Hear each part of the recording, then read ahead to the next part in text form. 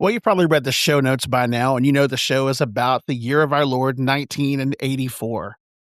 It was a pivotal year in American culture, and we're going to cover it today. It's been a long time hobby of mine, actually a time waster, to start scrolling through YouTube. It says at the bottom of those videos, if you enjoyed this video, maybe you'll like this one. And about an hour of that, you wind up watching some didgeridoo rap battle on a Australian beach or some nonsense. But this time, I stayed on track. I watched some commercials from 1984 and I kind of take myself back because that's the kind of effort I put into this thing this week. So among the commercials, I saw Jamie Farr dressed as an American Indian, feathers, outfit, the whole thing. And he was sitting Indian style, trying to sell cars. And why was he doing that? Because it was the mid-'80s, that's why. We're going to talk about this year, and we're going to do it with Jason Dean right now.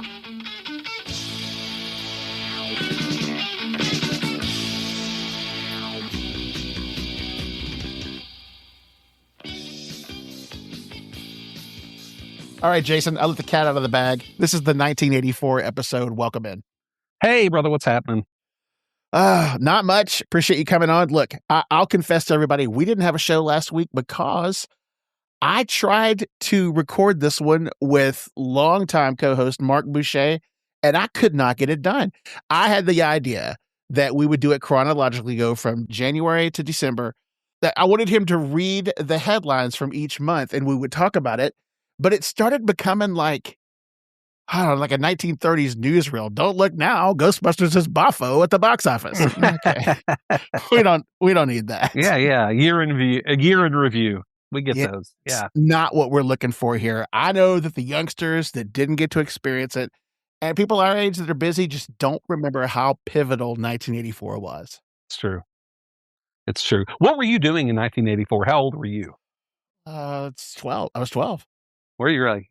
So do you remember anything specifically about that year in your life? I remember trying to smuggle in Van Halen's 1984 cassette tape into my Christian private school classroom when we had music day. Oh, yeah. And getting most of the way through Hot for Teacher before the literal cord got unplugged. Of course. They saved your soul at that exact moment. I'm so thankful they did that so you could still go to heaven. But, well, I'm glad they did it because now I'm not even a fan of that band. I'm sure. What a great time, though. I was 10 for a portion, the first 10 months of 1984, and then turned 11 in October of that year. But what a great time. That year, and we had talked about if you could build a time machine and go back to a year and relive it, 1984 is it, right? It's really high up there, man. A lot of cynics would say the early 2000s and wait for that Amazon stock to hit IPO. Oh, yeah, that's probably a good idea. But 1984 is not a bad choice. Let's give a quick smattering here of the year. Top TV shows were Dallas, Murder, She Wrote, Dynasty, Simon and Simon, great show. Yeah. Gas was around about $1.13, cost 20 cents to mail a letter. And cable TV, that's the first year, the biggest leap cable TV took to really being ingrained in all the houses in America. Well, we talked, on an earlier episode, 1984 was also the year that VCRs went through the roof. Right. So we were all about home entertainment around that time. So there were pictures of that. So that was a turning point in American culture anyway. The two great shows that ended that year, That's Incredible and Real People. Oh, wow. And that's back when America had like this what do they call it? The uniculture? Yeah. Where everybody were watching the same networks. Yep. Everybody was watching the same TV shows. And so we kind of had a unity there that wasn't fragmented in streaming and X and all the stuff you can get now. Right. Yeah. We were all sipping from the same jug there, and everybody saw that episode, and it didn't, it was just, we were kind of force fed it, but yeah, we were all taking in this exact same media at the same time. So pretty cool. So look, January was it came in like a lion, man. The 1984 Super Bowl. Oh yeah. the Apple Macintosh commercial where, it was a nod to Orwell's book. It was Right. this overlord talking, people, everybody's wearing gray. And then this shapely lady runs out there with a sledgehammer and interrupts everything. Yeah. Yeah. It might be objectification by today's standards, but hey, we don't use that to sell anything anymore. But I remember the commercial. I remember that tank top. So, what are you gonna do? Yeah, you're a 12-year-old boy. Yeah, that's just how it works. So you can even tell how the year sort of bridged the early 80s and then the big hair late 80s by listening to the Say, Paul McCartney and Michael Jackson, Yep. Owner of a Lonely Heart and Culture Club were the top 3 songs in the early part of that year. Yes. And then it would evolve. You get, speaking of uniculture, man, the Ghostbusters theme, Yep. Prince, Cyndi Lauper, Hall & Oates, and Van Halen were all over the charts. You got a real mix back when rock and roll was still, on the radio. Yeah. Yeah, it's crazy. I looked at those top 10 and just went, wow, Phil Collins, Take a Look at Me Now, or whatever. It was, the theme from some movie, I think, but Against All Odds is what it is. But yeah, all those were just, and all incredible songs that still hold up today. I don't know if Say does or not, but that's I listened to that a couple of weeks ago. Did you really? Yeah. It's a happy song. I think LaToya was in the video. I'll bet she was. I'll bet she was. Joe's got to find something for all the kids to do. He sure does. And, I think that was coming off the Thriller from the year before. I think that was also the year that the Jackson 5, didn't they start touring again? I'm not the Jacksons, I think it was. I'm not as hip to Jackson trivia as you seem to be, but maybe. Yeah, well, I don't know why, but I am. So that was the year Atari really took a step. All the stand-up arcade video games, had their real heyday. The market says 1982 was the explosion, but it was still front and center. I mean, when you went to the mall, what's the first place you went to? Oh, absolutely. The Bally's Midway, I think, is what it was called downstairs at the Crossroads Mall here in Oklahoma City. Le Mans, that's right. And we would go down there and hope for $5. And I still remember $5 would get you 35 tokens, not 20.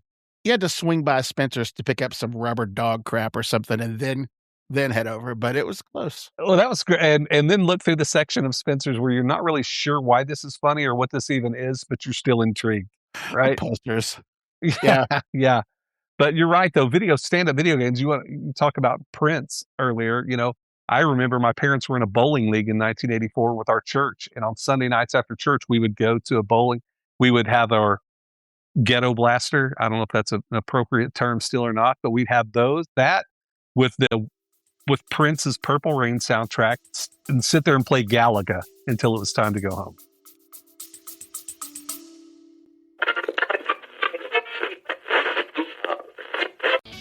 If you grew up when we did, chances are your best memories are sitting on a VHS tape somewhere. Birthday parties, family reunions, even that first camcorder Christmas morning. But those tapes don't last forever. That's where the Digitized Center comes in. They convert your old VHS tapes, camcorder tapes, reel-to-reels, photos, slides, smoke signals into high-quality digital files, so you can actually watch them again and again and share them with the people who matter. Don't let those moments fade away in a box in the attic. Not the people, the milestones, not the memories. Head over to thedigitizedcenter.com, check out thousands of 5-star reviews, and make the call to preserve your story. Use promo code FREENIGHTS for 60% off your order. That's FREENIGHTS for 60% off. Bring those memories back to life before they're gone for good. All right, so let's get to the summer. Yeah. Any kid listening to a show about 1984 is gonna want to talk about the summer. That's so all we were trying to get to. We spent all year just trying to get to the summer. So let's go. That is the truth. So in May, a little movie came out, and I'm about to expose you. What is, in my opinion, the worst of the Indiana Jones movies, The Temple of Doom. Tell me, what did you think of Temple of Doom? You know what? So many thoughts. My first thought is that I've never seen any of the Indiana Jones movies. How about that? My God, how about me letting you say that out loud with everybody turning off their devices right now? Right No, on in. I'm not Let me hear it. So, I'm not listening to him. I don't trust him. yeah, I know. That's what people are like. Are you actually an American citizen? I mean, was it some type of a KGB plant? No, I've lived here my whole life, but I just Right. never. And there seemed to be about all the things I would love with history and action and Han Solo's in it, from what I understand. But I just never saw him. Here's where they got it really right in 1984, the lead up to summer. These are the top movies, May, June, July. Indiana Jones, Temple of Doom, Star Trek 3, Ghostbusters, Gremlin, The Karate Kid, Purple Rain, Neverending Story. Oh, and Red Dawn was that summer as well. Oh, Red Dawn was great. We don't know how great we had it. We don't. And you know what? There were others that came out in '84 as well.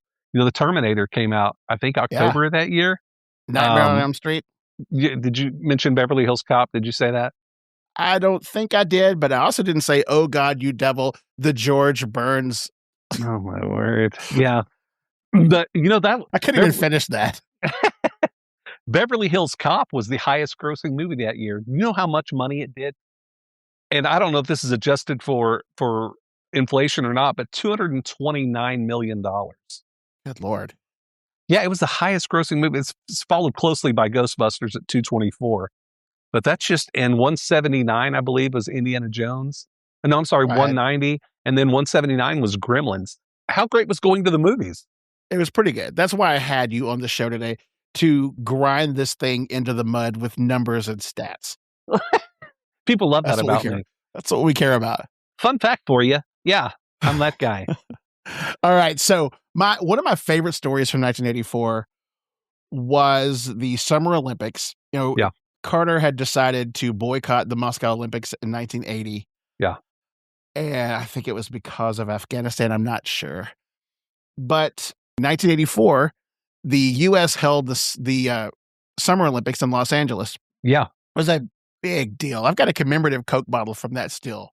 Do you really? It was everywhere. They had pins. Carl Lewis, Mary Lou Retton. There were a lot of Bart Connor, a lot of legitimate stars. Yeah, they were. That grew out of the Olympics, like there is every year. Oh, and they were culturally significant. I don't know. I mean, we get them every once in a while, you know, Phelps that's culturally significant. But that Right. year, for some reason, we were glued to it. And we were on vacation. I remember watching it on vacation and it just being so important to us that every Yeah. evening we would watch it. And it was just phenomenal. So here's the story behind it. First of all, if you haven't heard Carl Lewis's national anthem, you need to That's look that up fantastic. today. Uh-oh. It is something to behold. Yeah. So It is. on those Olympics, because the U.S., probably in response to the U.S. boycotting the Moscow Olympics, the Soviet Union, all the Soviet bloc countries besides Romania, because they're going to go to the Olympics because of their gymnastics. Yep. But all those Eastern Bloc countries, they decided to not show up. Well, McDonald's had started a promotion. They would give you a card, a scratch-off card, whenever you ordered certain menu items. And if the U.S. medaled in that event, Yeah. then you would receive either a gold medal would get you a Big Mac, a silver wow. medal fries, and a bronze medal would get you a free drink. Oh, that's incredible. They started pitching this, and it was all over TV. They were handing out these cards, and then the Soviets announced they're not going to show up. And the U.S. dominated those Olympics. They won everything. There were reports of several McDonald's running out of Big Macs. They call it one of the biggest blunders ever. We're talking about it now. My dad had one of those cards for some reason in his toolbox for years. Like when I was in college, I said, is this one of those scratch-off games? Yeah. Huh. He said, yeah, it sure is. So look, we were helping McDonald's out by not strong-arming them for food, whatever it was. But Yeah. the U.S. got 100 and something medals. I don't know if that were gold. Anyway, McDonald's they did it for the 88 Olympics, both summer and winter, just to recoup some of the losses. They put them all three together. They still lost a ton of money on it, but we're still talking about it. And I don't think it hurt McDonald's is you can't go 20 feet without running into one. I think they're doing okay. They've made it. They made it out. Right. It's funny because that Olympics, for some reason, had a chokehold on us. It's every 4 years, I all of a sudden, and all of America knows exactly what deductions are in gymnastics. Right. Or Greg Louganis diving, you know what I mean? I'm like, no. All of a sudden, an 11-year-old kid is a genius when it figures out that the West or the East German judge is putting the screws to us or whatever. So Yeah. it was, and even to this day, when somebody runs past me too fast, I'll say, "Hey, slow down, Carl Lewis," and they look at me like I'm an idiot, like Carl Lewis is a white guy their dad works with. But I'm like, no, so it's funny that I still remember all that so vividly, and watching Mary Lou Retton's 2 perfect 10s to win the all around a gymnastics deal. That was, the even beyond the McDonald's loss. The Olympics were so cool. That was it. Had the chokehold on us that summer. It was fantastic. Yeah, she was everywhere too. I looked her up a couple of days ago, and top 5 or 6 stories was about one of her DUI arrests, her most recent one. So yeah, she was hospitalized too recently with some pretty serious stuff, and I guess there was a GoFundMe and all kinds of stuff. So, it kind of sucks that being one of the best in the world at something doesn't make you wealthy, I guess, but it probably ought to. Probably ought to what? Finish make that. you rich. Probably ought to what? It probably ought to make you rich. If you're the best in the world at something, at least even just for a period of time, you ought to be wealthy as a result of it. But, Wheaties paid her for the box cover, and she got all kinds of commercials. I think she did all right. Yeah, she was in the movie Scrooged with Bill Murray. Remember, she played Tiny Tim. I know on their TV adaptation. I know her parents, who probably lost about, I don't know, $250,000 in all of the tournaments and all the youth gymnastics travel. They're probably just happy she got absolutely an endorsement deal. Serious business. There's so much in 1984. The Video Music Awards, the very first one of those. Yeah, that's true. I mean, we had Boy George come out, Madonna at the same time.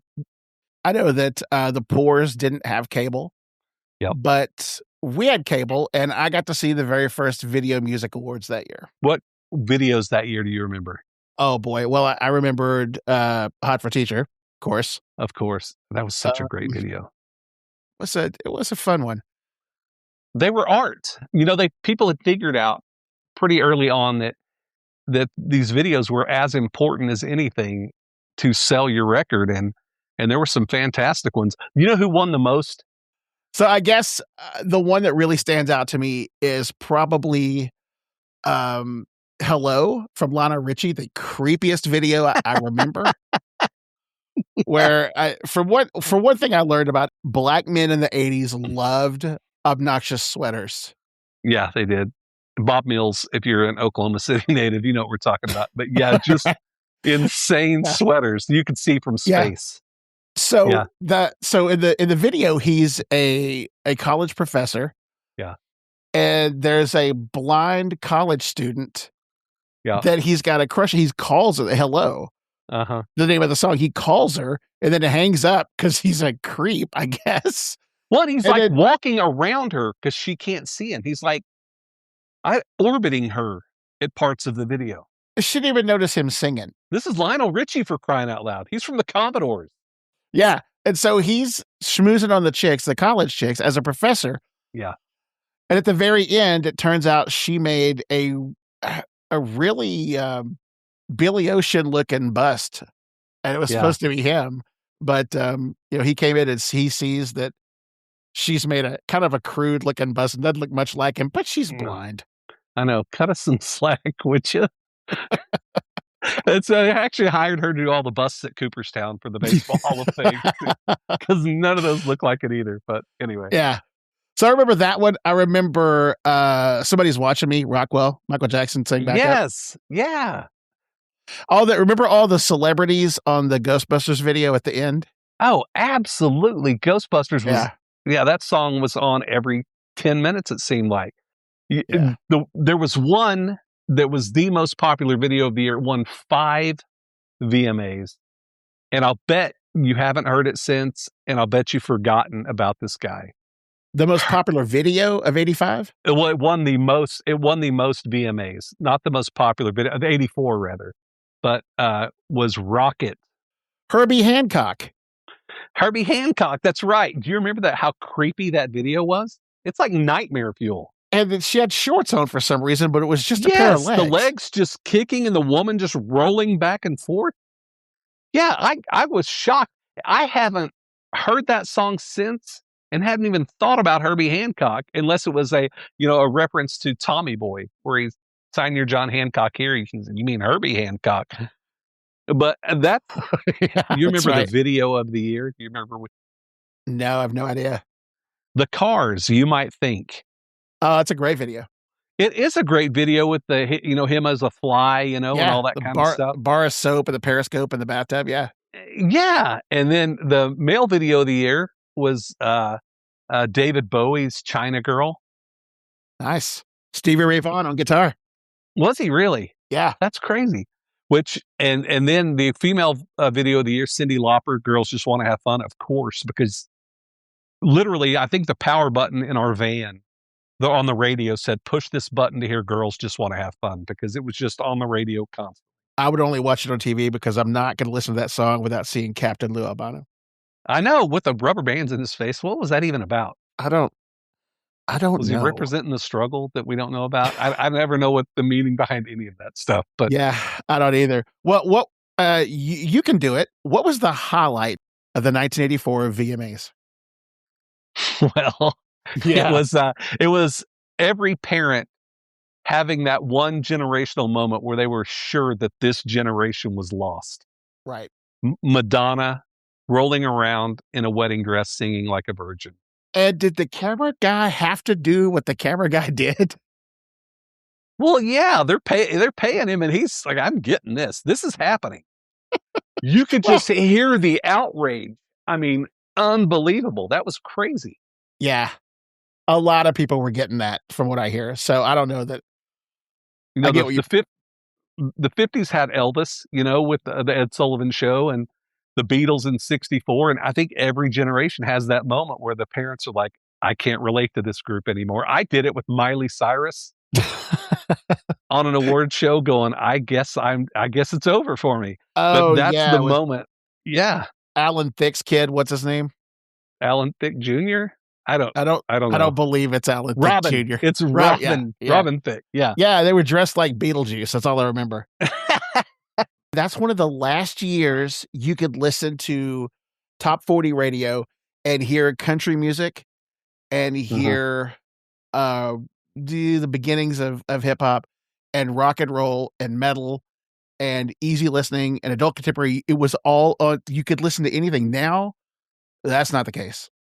Yeah, you're absolutely right. You're right. Kenny Rogers and Ronnie Millsap were on the top 40 in 84. Yeah. Yeah. All that was blended together. I mean, what a crazy year, culturally significant year. Yeah, it really was. The optimism of the country was really on board. I mean, Reagan's "It's Morning Again in America" commercials. Yeah. Where it would show the farmland and the sun rising, and it would talk stats about when Carter was president and in the 4 years, the tax cut and everything. And such a great, what a great ad. And brother, did it work to the tune of 49 states to 1. Absolutely. And when have you seen last time you've seen something like that? We were very, it was very pro-America. Everybody, coming out of the Olympics into that. One of my earliest, I'm a news nerd and a politics nerd. And I remember begging my dad to let me stay up and watch the Mondale Reagan debates. I think it was the second one. It was a Tuesday night, I think. It was a school night. And he let me do it. We sat there and watched it. And I don't know if that's the one where Mondale said something about the age of the president. Is that a concern? And then Reagan replied, I'm not going to let the youth of my opponent. Yeah, we talked about this in a previous episode about his assassination attempt, how brilliant he was off the cuff. Yeah. And just a brilliant speaker. And he just had everybody. It was and look, and for those that don't follow that stripe, that don't, find him too conservative or whatever, the dude was an actor, like a golden era of Hollywood actor. Mm-hmm. And he just had a stage presence. And, like that or not, our current president, I wouldn't call him Yeah. polished at No. all. But, Clinton had it. Any kind of charismatic leader like that, they're gonna line up to vote for him. Yeah, absolutely, and it worked. I said earlier, 10 and 11, you're kind of waking up a little bit to the world, and Yeah, that was the first time I was really aware of the presidency and those kind of things. So pretty cool time. that is a cool time. So yeah, that was November. Reagan just clobbered him. I think Yeah, Mondale won his home state of Minnesota by less than 4,000 votes. attaboy. Almost a clean sweep. Something else happened in November. Tetris appears in the Soviet Union. It is about to take over arcades, but it's Wow. still incubating over there. Christmas shopping, man, that year. What were the top toys of '84? Do you remember what the kiddos were playing with? Was there a Cabbage Patch? Was that the Cabbage Patch year? There was a Cabbage Patch sighting or two. Yes, Okay. Cabbage Patch. It was chaotic national craze of that. Transformers, GI Yes. Joe. GI Joe came back strong that year. Yep. And so, the more things change, the more they say the same. Dolls and Yeah. robots. Yeah. Well, it just action figures. It wasn't the original 12-inch GI Joes that our aunts and uncles played with, and moms and dad. It was the smaller guys, and they came out with the cartoon, I'm sure, and that was fantastic. Settle down, nerd. I don't know anything about I the toy. can't help it. I I can't help. Well, I had a buddy that collected toys, and some of those 12-inch GI Joes sold for hundreds of dollars. So while I was busy calling him a nerd, I was envying his $200 he sold a doll for. But anyway, amazing. Did we save the best for last? Are we going to talk about Breakin' 2, Electric Boogaloo, or are we not? Well, you know what? That's another thing. You talked about how culturally crazy that year was. If you started the 6th grade, which I did that year, without a pair of parachute pants, I don't know if they'd let you in the building. You mentioned the Axel Foley song and Herbie Hancock song. Well, they were Yeah. famously keyboard-driven Yeah. songs on the top 40 that didn't have lyrics. Yeah. Can you name another one that year? Oh, no. No. The Miami Vice theme was a top 10 hit, that theme, and not a single lyric. Remember dudes coming to church with white suits with a T-shirt on underneath it. Gosh, there was a dude I knew in my neighborhood, and he would push the sleeves up on his white jacket and wear a bandana around his neck because he was unafraid of getting his ass beat. And that was a big problem in the area. People walking around like that, unafraid. But, we talk about the movies that we talked about earlier and Miami Vice and the product. I mean, they pushed. I remember Chess King at Crossroads Mall. Of course I do. The Michael Jackson jackets, the zipper jacket, like anybody other than Michael Jackson should be wearing that, right? They I mean, sold those at Venture on Shields and 240. did they really? Yes. And That it's Venture was the place. Venture was a department store, kind of like, boy, if you can imagine this, it was an upscale Kmart, but a trashier version of Target. wow, that's well done. Yeah, and they You're, sold. you're a wordsmith. Yeah, I really am. They sold all the trendy stuff there. There was a kid named Mike in my 6th grade class who evidently had a charge account there because he came in with that Beat It jacket one day, and then he had those No. Ferrari sunglasses that would fold in the middle, Oh, and they're the the coolest. and the ear things would flip down. You could put it like a Yeah, put it in like a little eye patch size case. yes. You got to be kidding me. He had those. He had the Pac-Man watch. Oh my word. Yeah, he was So he was awesome. add water instant 1984 kid. Yeah. From the suits, the Miami Vice suits, to the Michael Jackson jackets, to those sunglasses, to the lunchbox. Every lunchbox was a Ghostbusters. All the shirts with the little ghost coming out of it, and I mean, just the marketing done. Everything we saw on TV pushed some product. It was amazing. It's so hard to do this pivotal year in one episode, man. Reagan dominated, the economy was booming. MTV has truly established itself as king of entertainment media. Yeah. The Cold War is still very real. Remember being a kid, waking up or going to bed thinking, They coming tonight? Is tonight the W night? well, you mentioned Red Dawn. I remember looking outside the classroom window, there's gonna be paratroopers. You know what I mean? It was Yeah. a real concern. Yeah, It was it something to think was. about. Man, arcades were packed. Nintendo hasn't even arrived in America yet, and Wow. computers are still something other people own. And we're coming off, a billion medals in the Olympics. That's another thing. That sports year was pretty dadgum phenomenal. Oh, yeah, man, Outside of the Olympics even. the Tigers. Yes, with the team with Lance Parrish, Jack Morris, Alan Trammell, Lou Yeah. Whitaker, what's his name? Kirk Gibson was on that team, I think. Your boy Chet Lemon, who had to Yeah, strap he did. his cap on to keep it on that fro. That's right. That's right. But yeah, that was a great year. Yeah, Gibson was on that team. It was before he was a Dodger, before Yeah. the '88 home run. Yeah. And then you had Man, that was a team. basketball, you had the first ever Magic Bird finals. Just Right. incredible. We got to Boy, see there's gonna be a lot of those to come. yeah, we got to see Joe Montana his height, right? You mentioned at the beginning the January starting off with the Super Bowl. It just incredible sports year all the way around. Just and Yeah, it really was. Michael Jordan enters the NBA in 84. That's his rookie year. He gets the shoe deal. He had made that big shot in the Yeah. tournament, but he was Mateen Cleaves or Carmelo Anthony. He was a star in college. Mhm.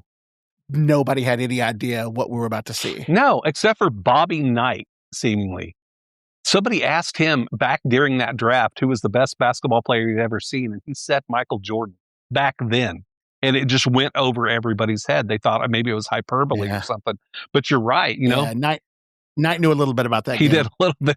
And how far this chair will go if I put this much torque on it. He owned a furniture store, and he had a promotion. If you buy a couch, they'll throw in a chair. Oh, that's beautiful.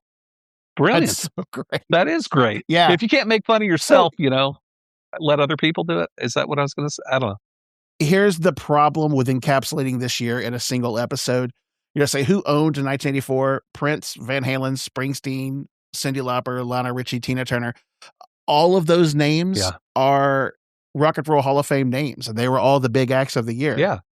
Like, it was just such a big year, man. And I'm colorblind, and I remember all the colors and the different. Like, it really stands out among that decade. It is, and it's funny because, again, they were just in the forefront of our mind. I remember going to Crossroads around Christmas, which, if you are in our area here, Crossroads Mall at Christmas time in 1984 was just a sight to behold. They were having a Boy George lookalike contest there. 1984 was like drinking from a fire hydrant. You know what I mean? It was just so much happening. It was flying at us, and whether we processed it all or not, when I sit down to, like you said, it's hard to do this in one, because when I sit down and look at, okay, 1984, where do you even start and where do you even end it? Because it's so much. And you got a little overwhelmed when you were our age. Yeah. I mean, I was 11 and 12 that year. You'd wait for MTV to play your song, and Saturday nights at the movies with your buddies, arcades, the mall, video stores. Yeah. Going, hoping your movie's behind the box. It never is. Yeah. You read movie listings in the paper. Nobody had a phone with them. So when you left the house, you just come back, Yeah. hopefully they're not looking for you. Yeah. Yeah. You'd ride around the neighborhood. If you needed to know where your buddies were, you'd see what house their bike was parked in front of.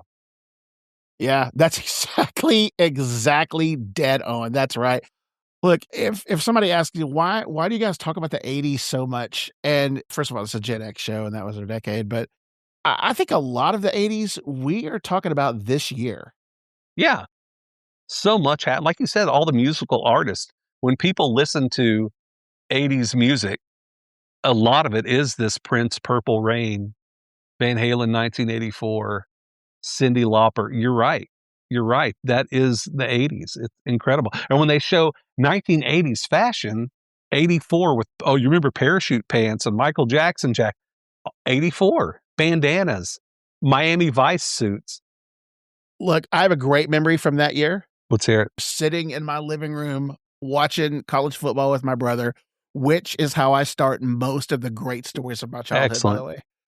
And we see that little nerd from Boston College fade back, and throw a bomb Oh my word, I to forgot. his roommate, probably won him the Heisman Trophy. Incredible. What a great sports year all the way around. Just incredible. All right. That's it, man. That's actually, that's not it. That is the highlights of a great year. We didn't get to 90% of it. Yeah, that's the highlights to us that we remember. I'm sure we, again, like every episode that we talk about this kind of stuff, we missed the coolest thing that happened. So again, go to Facebook and tell us what did we miss? What did we get wrong? What did we skip over that was, what were you doing in 84? What a cool time. Yeah. What a great year. Yeah. You know, Bob Costas once said the greatest baseball players ever were playing baseball when you were 12 years old. That's true. 12 or 14, somewhere around then. And I make the case for George Brett and Wade Boggs and Winfield and all those guys. And my brother is telling me about Brooks Robinson. Nah, I don't want to hear it. No. So that's true.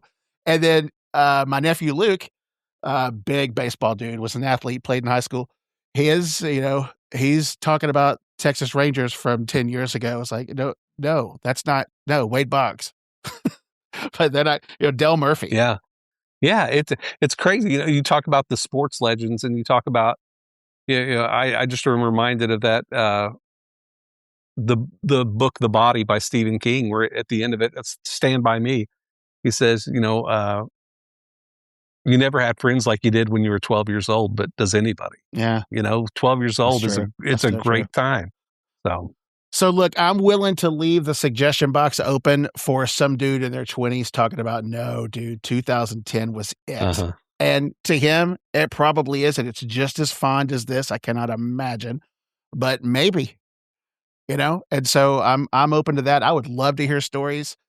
Not just Gen X guys. If you want to pile in, send me notes. Tell me your favorite memories about that year or your favorite year growing up. Yeah, it was a great time. It's okay that we're looking back on it fondly without, we're not trying to poo-poo what's going on around in the world now, but that was really a great time to be alive. It was just the best. And you know what? Yeah. If you heard I did anything, prove it. There's no pictures, no camera phones. So forget it. Man, this was a fun trip. Hey, and sorry to the listeners that we wandered a little bit, man, but there is a lot in those 12 months. Yeah. And we'll hit it again probably soon. Hey, we've got some great episodes coming up. Jason's going to be on a few of those. And so always your comments and suggestions, we listen to them. Like the show, give it a thumbs up on all the socials. Yep. If you're listening to Spotify or Apple Music, give it a thumbs up. If you enjoy the show, send it to your buddies. Yep. Thanks. Oh, say, can you see? And the Rockets, red flag. Like, how much are you going to talk about the Olympics? Some. Okay. I'll probably edit that. The show's over, and I don't know what to do with myself till next Friday. You could spend hours making your own free nights and weekends t-shirts and coffee mugs, but now there's a better way. There's got to be a better way. Yeah, I just said that. Oh, I didn't know what that meant. A quality industrial sewing machine could cost more than $20,000 probably. Would you pay $200 for a gorgeous free nights and weekends magnet? I would. Probably. I guess. Not with this special offer, you won't. Follow the FNAW swag link on this player, and you'll spend a fraction of that on quality FNAW merchandise you crave. No more downloading sketchy copies of design software. No more blacking out with rage, trying to get the typeset all lined up perfectly. We do all that. Follow the link for the finest t-shirts, mugs, koozies, and tumblers, and support the show. Operators are standing by.